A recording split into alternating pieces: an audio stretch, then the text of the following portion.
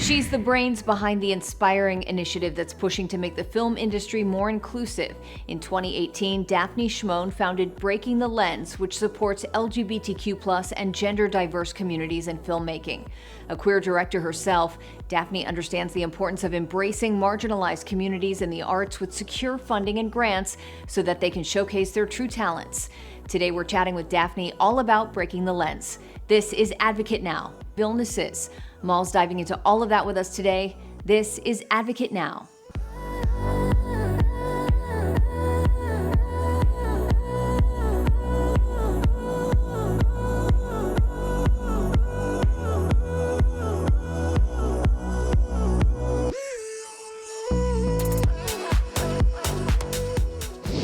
Well, Daphne, you founded the initiative Breaking Through the Lens back in 2018, which promotes inclusivity and provides opportunities for marginalized filmmakers. It also helps to secure funding. Why did you decide to create this? Yes, so Breaking Through the Lens was really born out of my own experience as a director in the industry, and we were making a feature film at the time and really noticed that there was a bottleneck in the financing stage. And so we focus our initiative on helping female non-binary directors connect to financiers, and essentially identified that as the major problem area, and looking at how can we help business deals be done in a better way and to help female-led stories get the support that they need. Why do you feel it's so important to support, gender diverse communities and also LGBTQ+ communities in the film industry? Well, it's critical. I mean, a lot of people don't realize that women are actually 51% of movie-going audiences. They did a recent survey, and so we're even more than half of the population. But it's just really important to see our stories told from our perspective on screen, and the same goes for LGBTQIA creatives and audiences. We want to see our stories on screen, not just characters, but told from our perspective. And so it's really, really important to have that representation both in front of and behind the camera. And you step in at an early stage where funding is the hardest to find due to high risk. What's the process like in trying to help these filmmakers? Yes. So because a lot of people now are talking about festivals and seeing 50-50 representation, but we really look much earlier, because you have gender parity coming out of the top film schools, which we find so interesting. When you get to the top levels of the film industry in the top 100 films, the percentage is actually going down. I think we're at something like 6% of the top 100 films are directed by women. So we look at the financing stage, like we said, and how it works is each year we choose 10 feature films directed by a female, non-binary, or underrepresented gender, essentially a director of underrepresented gender. And we select these 10 projects. Our jury, each year we have an independent jury of film industry professionals that come together to make that final selection. And we give them the opportunity to pitch their project in front of investors, sales agents, distributors, anyone who can help get their film financed. We've now developed in the last 5 years into a year-round supportive network as well. We host workshops and educating filmmakers on how to put together their finance plan, how to pitch, how to take these meetings. And so we do a full comprehensive training. And it, again, was born out of my frustration having been to labs where you sometimes don't know who's interested. There's no follow-up. You feel sort of thrown out into the depths. And we really wanted to create a hands-on boutique approach. We have a whole team of professionals, our jury included, that really look at each project one by one. How can we make meaningful connections for this project? How can we help them in any area that's needed? And then we track those projects through to production. We're now getting to the stage where we're seeing films come out. How can we help them with distribution, getting into festivals? So it's a 360-degree approach, really. Why do you think women are automatically viewed as higher risk prospects? That is a great question.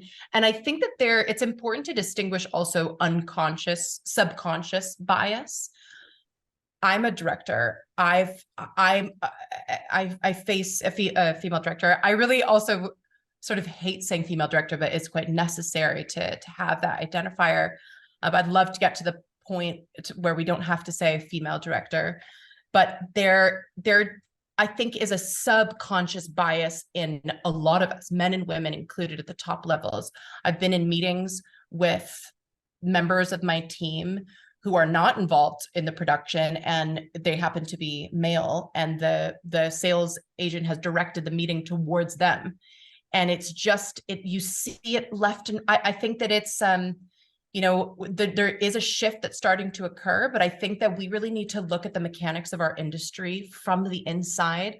We all, no matter what gender we are, people in positions of power need to really look at those subconscious biases and really look at the numbers, because it's totally unfounded, that bias does exist. But I wish I had the answer to that. I think that we just need to look at our own behaviors and our own subconscious bias as a whole industry. And obviously we're still seeing gender stereotypes playing a role in terms of the types of films that women are expected to make. Do you think that it's also partly up to female directors to stand up and say, these are the kind of movies I want to make? Yes, absolutely. And to not be afraid to stand your ground. There's going to be a lot of naysayers and a lot of people, especially men, who will tell us this won't sell. That is not genre enough, or it needs to be more genre, or you can't, do this in a certain way. And I think it's so important to stand your ground.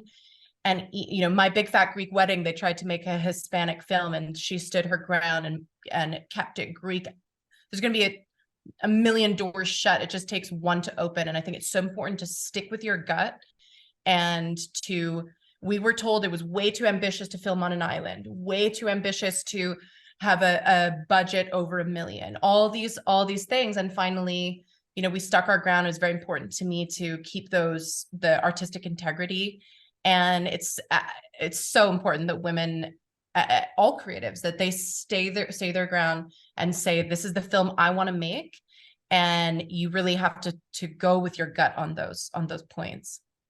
You've made so many strides so far with your initiative, Breaking Through the Lens, but what are your hopes for the future when it comes to providing grants and opportunities to marginalized filmmakers?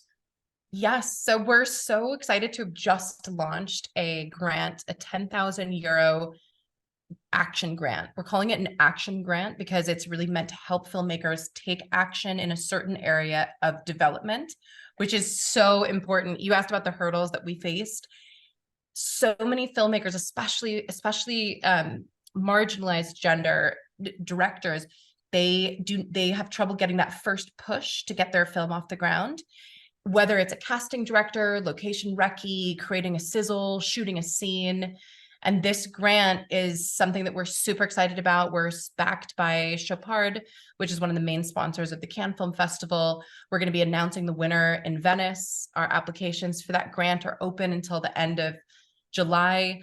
And it's just a straight grant to help a filmmaker take action, essentially. And we would love to roll out more of these grants. We've already gotten interest from certain investors and companies. And it's something that for me as a filmmaker, I think is so important. There's so few grants out there for development, various different opportunities for shorts or for documentaries, but for scripted features, there's really not a lot of support at an early stage.